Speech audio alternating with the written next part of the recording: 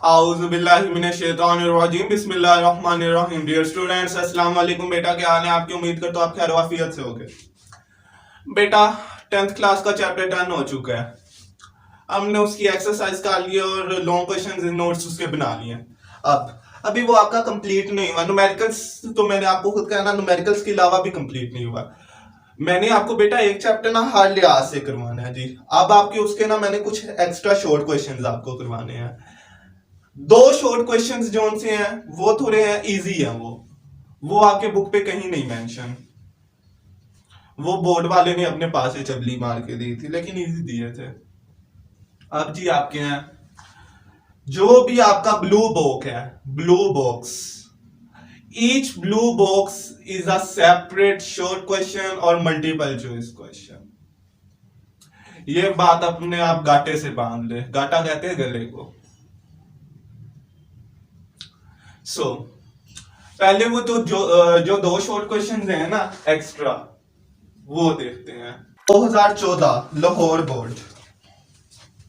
बेटा ज्यादा लाहौर बोर्ड को इसलिए मैं फोकियत देता हूँ, मैं प्रोमिनेंट करता हूँ, क्योंकि लाहौर बोर्ड में सबसे मुश्किल पेपर आता है। What are compressional waves? Sir ji ये तो आपने करवाया नहीं ना, आपने इसका कभी तस्करा किया नहीं? करवाया।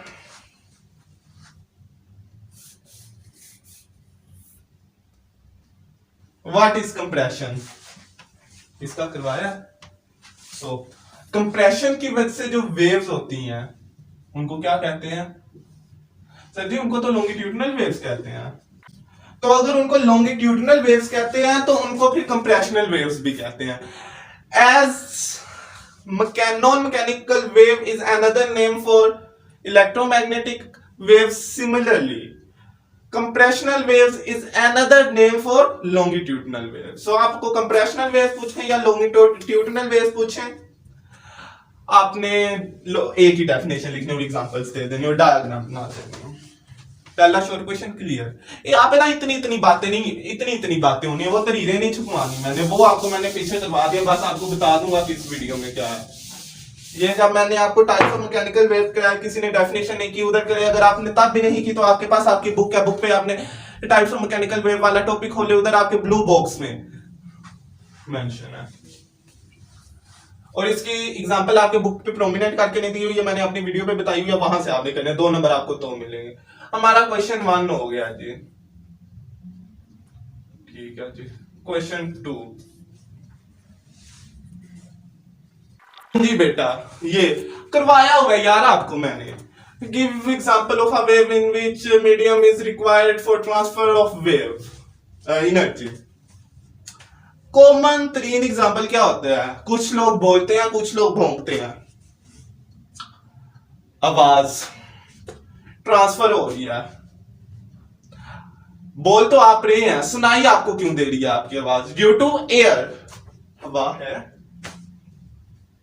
है ना हवा, due to temperature and energy है, साउंड एनर्जी है। Sound is a form of energy. 9th class chapter number 6 forms of energies में आपने साउंड की एनर्जी पर है। हम जोर लगा रहे हैं वोकल कॉर्ड्स पे तो ये आवाज प्रोड्यूस हो रही है। 10th class bio chapter number 10 the air passage वे, उसके जो भी पेज नंबर एग्जैक्ट मुझे नहीं याद, उसके आप साइड पे आ जाएं। जिस पेज साइड पे लिखा उससे साइड दूसरी पे आ जाएं। साइड पे ब्लू बॉक्स है, हाउ साउंड इज प्रोड्यूस्ड आपका क्वेश्चन है। उधर क्या है जी बेटा, उन्होंने क्या वोकल कॉर्ड्स पे आवाज लगती है तो साउंड प्रोड्यूस होती है, हमें नहीं जूझ मुझूझ आके चला देते हमारी आवाजें। एयर मीडियम लग रहा है तो साउंड प्रोड्यूस हुई है। So the most common example कोई याद ना रखें, रिक्वायर्ड मीडियम साउंड वेव्स। इसका मैं आप वर्डिंग में जवाब लिया, बस एयर और साउंड वेव्स 2 बातों का जिक्र करना है और आपका सवाल का आंसर हो जाएगा। हाँ जी आंसर क्या? Sound waves are the waves in which energy is transferred in which air acts as a medium so we can hear this sound full stop. Question आपका खत्म।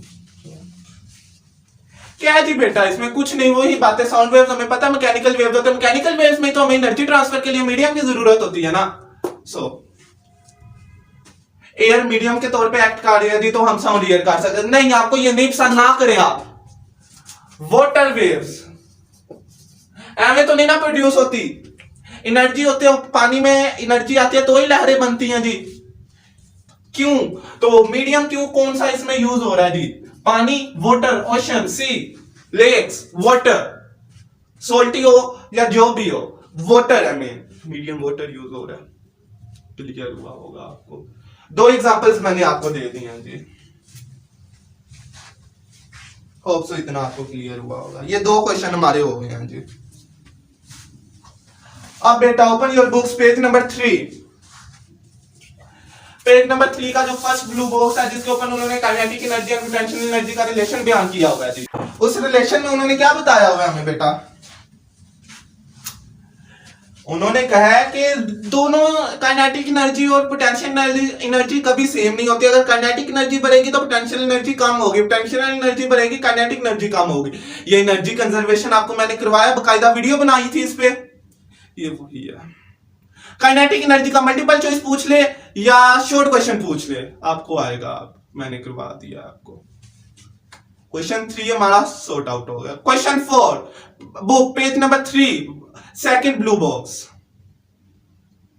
A human ear oscillates 20,000 times per second। Exact wording नहीं याद, ऐसे मिलती जुलती है। Main क्या चीज है? 20,000 टाइम्स वाइब्रेट करता है एयर, हमारा ह्यूमन एयर, एक सेकंड में। शॉर्ट क्वेश्चन जी क्या आएगा? How many times the human air can oscillate पर सेकंड इन अ सेकंड? जवाब हो नहीं, शॉर्ट क्वेश्चन उसने नहीं देना, उसने एमसीक्यूज देना है, मल्टीपल चॉइस क्वेश्चन देना है। A human ear can oscillate dash times in a second. 20,000, 20 lakh, all of these 20,000. It's not necessary कि all of these आपका हर दफे करेक्ट ऑप्शन हो, आपको कंफ्यूज करने के लिए दे सकता है। नहीं, उसने ये भी मल्टीपल चॉइस नहीं देना, दूसरा उसने कोई देना है। A human ear can oscillate 20,000 times in dash second, 1 second, 10 second, 2 second, half second, so 1 second। नहीं, उसने ये भी याद नहीं देना। A human ear can oscillate 1 lakh time in how many seconds?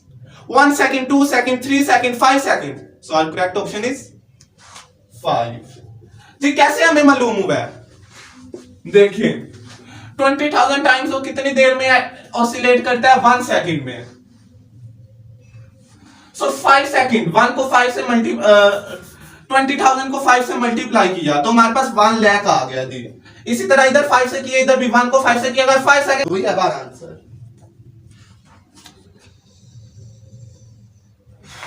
Hope so आपको क्लियर हुआ होगा। इधर उन्होंने आपका टर्म एयर ड्रम यूज किया, एयर ड्रम यूज किया क्योंकि एयर ड्रम आपका फटते है ना, उसके बाद आप सुमुन बुकमुन हो जाते हैं जी, उधर से ही आपको आवाज आती है आपकी, वो प्रोटेक्टिव होता है जी। बेटा now question number blue page number 3 blue box 6 proper उन्होंने क्वेश्चन बना के दिया, मेहरबानी उनकी, हमें क्वेश्चन नहीं बनाना पड़ेगा जी। क्या जी? What is the displacement of an object in simple harmonic motion when the kinetic energy and potential energy is equal? उन्होंने क्या डिस्प्लेसमेंट है,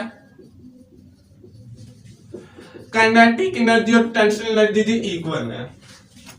बेटा ये कंडीशन भी अटेन हो जाती है, आपको नहीं बताया जाता, आपकी बुक में मेंशन नहीं है, लेकिन उसने क्वेश्चन दे दिया, बोर्ड में आ सकता है। मैंने आपकी इसकी डेरिवेशन है अच्छी खासी, बहुत अच्छी डेरिवेशन है, बहुत अच्छी डायग्राम है, मैंने आपको नहीं करानी क्योंकि आपके बुक पे है ही नहीं। बस उसने क्वेश्चन दे दिया, हम इस क्वेश्चन का आंसर लिखेंगे डायरेक्ट, मैं आपको 3 लाइनें लिखवाऊंगा, आपका जवाब आ जाएगा जी। आपने और इसके बारे में कोई चीज नहीं याद करेगा, आप अपने जब होंगे फर्स्ट ईयर में एफएससी करें, आईसीएस करें, आईसीएस फिजिक्स के साथ करें, फिजिक्स में chapter number 6 waves motion waves, उसमें जी आप ये पढ़ेंगे चैप्टर नंबर 7 आप वेव्स पढ़ेंगे, उसमें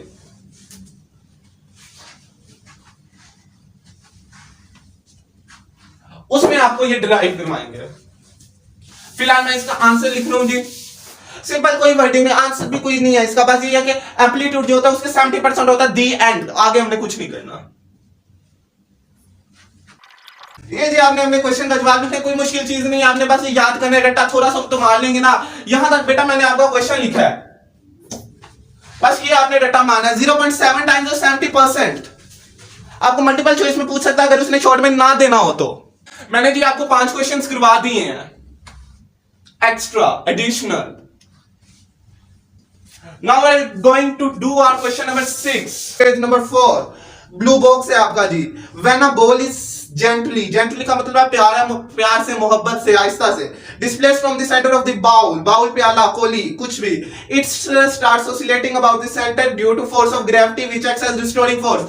Question इधर वो क्या देगा ये MCQ, what is the restoring force that acts in ball bowl system, या फिर जो वर्डिंग उसमें लिखी है। तो restoring force ball bowl system में क्या है जी, बॉल एंड बाउल सिस्टम में हमारे पास रिस्टोरिंग फोर्स है gravity, gravitational force, gravitational acceleration. Hope so आपको ये पॉइंट क्लियर हुआ होगा। क्वेश्चन 6 हमारा क्लियर, यही एमसीक्यू में दे देगा, शॉर्ट में देगा। क्वेश्चन 7 भी यही है। इधर अब उन्होंने motion of pendulum, simple pendulum में वो पूछ ले कि आपका क्या चीज रिस्टोरिंग फोर्स के तरह एक्ट करती है, तो आपने क्या बता देना है, ग्रेविटी। ग्रेविटी नहीं आपको पसंद, थोड़ी सी आप वर्डिंग कर दें, ग्रेविटेशनल फोर्स। ग्रेविटेशनल फोर्स आपको नहीं पसंद, वो मजीद डीपली आपको पूछना चाहता है। डीपली आप बता दे वेट का कंपोनेंट कौन सा, साइन थीटा। ठीक है जी। The gravitational force, the component mg sin theta of gravitational force acts as restoring force in simple pendulum। Full stop, आपके 2 नंबर पूरे।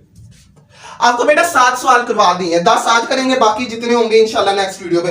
Open your books of physics 10th class, page number 5, first आपका जो है blue book.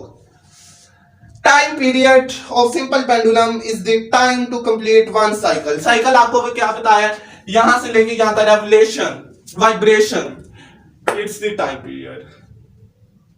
Time period की definition नहीं है जी, ये भी आप लिख सकते हैं टाइम पीरियड की डेफिनेशन, बस सिंपल पेंडुलम को हटा देना। होप सो आपको ये क्वेश्चन 8 भी क्लियर हुआ होगा। Question number 9 for your information, उन्होंने लिखा the period of the pendulum is independent of its mass and amplitude. So pendulum का क्या फॉर्मूला होता है, t = 2 पाई √ L/g। कहीं एम्पलीट्यूड नजर आ रहा है, कहीं मास नजर आ जाए, नहीं, उन्होंने बताया ये इंडिपेंडेंट है। मैंने आपको अलग से वीडियो बना के ये आपको बहुत अच्छी तरह एक्सप्लेन किया, अगर आपको अभी समझ नहीं है तो आप मेरी वो वीडियो देख सकते हैं। क्वेश्चन 9 हमारा सॉर्ट आउट, आज की वीडियो का last question. Tell the whether or not these motions are examples of simple harmonic motion। उन्होंने आपको क्वेश्चन दे दिया, 5 ऑप्शन जो उन्होंने बताए कौन सी सिंपल हार्मोनिक मोशन है और कौन सी नहीं है। मेरे स्टूडेंट जो मेरी लेक्चर्स की वीडियोस देखी होंगी अच्छी तरह तो उसको पता होगी, फिर भी मैं आपको करवा देता हूं जी। अब जी बेटा आपके पास 5 ऑप्शन है, उन्होंने कहा इनमें से बताया सिंपल हार्मोनिक मोशन की कौन सी एग्जांपल्स और कौन सी नहीं है। Up and down motion of leave in water pot. Pot बेटा छोटे से लेक्स समझ लियो, वैसे ही होता है तालाब छोटा सा। अच्छा जी, ये पानी का खिता है और ये जी अंदर हमारा लीव है। बेटा अब लीव ने ऐसे तो नहीं ना करना, उसने भी थोड़ा कभी इधर होगा कभी उधर होगा, या अपनी जगह घूमता रहेगा, फिक्स पोजीशन रहेगा, first condition satisfy. Acceleration sorry displacement mean position की तरफ होनी चाहिए, तो कभी ऊपर जाते कभी नीचे जाते। उन्होंने ये कहा और कोई मोशन नहीं, अप एंड डाउन मोशन सिर्फ, कभी ऊपर जाएगा कभी नीचे जाएगा जी। सो ऊपर नीचे, मीन पोजीशन से ऊपर जाएगा, मीन पोजीशन की तरफ है, ऊपर जाएगा तो वापस मीन पोजीशन की तरफ आएगा, नीचे जाएगा तो वापस मीन ऊपर मीन पोजीशन की तरफ जाएगा, मीन पोजीशन की तरफ डायरेक्शन है। सो आप क्या देंगे, ये simple harmonic motion. Second example, motion of a ceiling fan.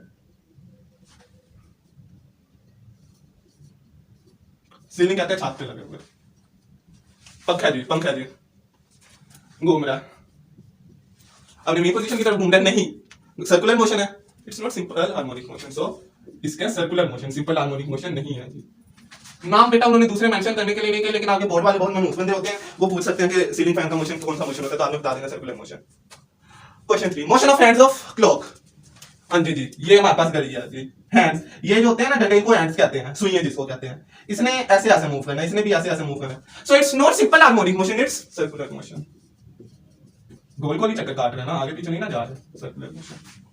Motion of a plugged string fixed at both ends.